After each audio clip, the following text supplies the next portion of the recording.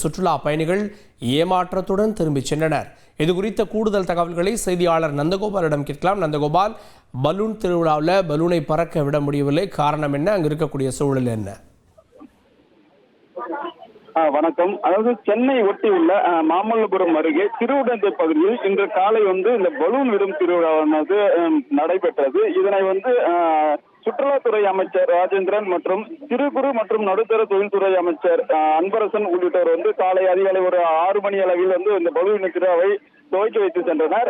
அப்பொழுது ஒரு 10க்கும் மேற்பட்ட பலூன்கள் அப்போது விடப்பட்டது. அதுவும் அந்த பலூன்கள் ஒரு 50 அடி தூரம் மேலே ஏறும் என்று கூறப்பட்ட அந்த நிலையில் அப்போது பலூன் துவக்கி வைக்க மட்டும் செய்யப்பட்டுள்ளது. இந்நிலையில் மாலை 3 மணி அளவில் இந்த பலூன் திருவிழாவை ஆரம்பிப்பதற்கான இணையதளத்திலும் உள்ளிட்ட பல்வேறு மூலமாக இந்த டிக்கெட் வாங்கி 200 ரூபாய் டிக்கெட் வாங்கி இங்க 3 மணி முதல் வந்த வண்ணமாக இருந்தது. சுமார் 2000க்கும் மேற்பட்டோர் இப்போ திருவிடை பகுதியில் புரிந்த வண்ணமாக இருந்து வருகின்றனர். இதுல இருந்து 500க்கும் மேற்பட்ட கார்கள், பைக், ஆட்டோ உள்ளிட்ட வாகனங்களிலும் வந்தவர்கள் இங்கு பலூன் திருவிழாவை 6 முறை காண வந்தனர். ஆனால் தற்போது கடற்கரை ஒட்டி இருப்பதால் இங்கு காற்றின் வேகம் அதிகமாக இருப்பதாக கூறப்படுகிறது. இதனால 3 மணி முதல் தொடர்ந்து இந்த பலூன் விடும் முயற்சியில் ஈடுபட்டு வந்தனர். இந்நிலையில் பலூன் திருவிழா தோல்வியடைந்து இருந்தது. தோல்வியடைந்ததனால் பொதுமக்கள், சுற்றுலா பயணிகள் ஏமாற்றத்துடன் திரும்பி சென்றனர். இதில் குழந்தைகளுடன் வந்தவர்கள், குடும்பமாக வந்தவர்கள் உள்ளிட்ட எல்லாரும்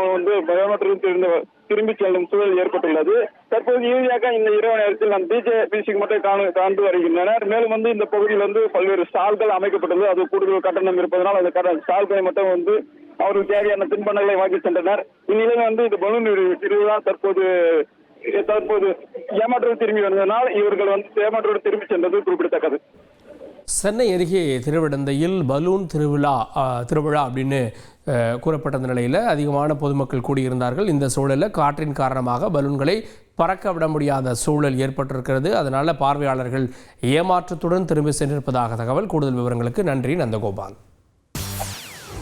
செய்திகளை உடனுக்குடன் தெரிந்து கொள்ள உடனே சப்ஸ்கிரைப் பண்ணுங்க.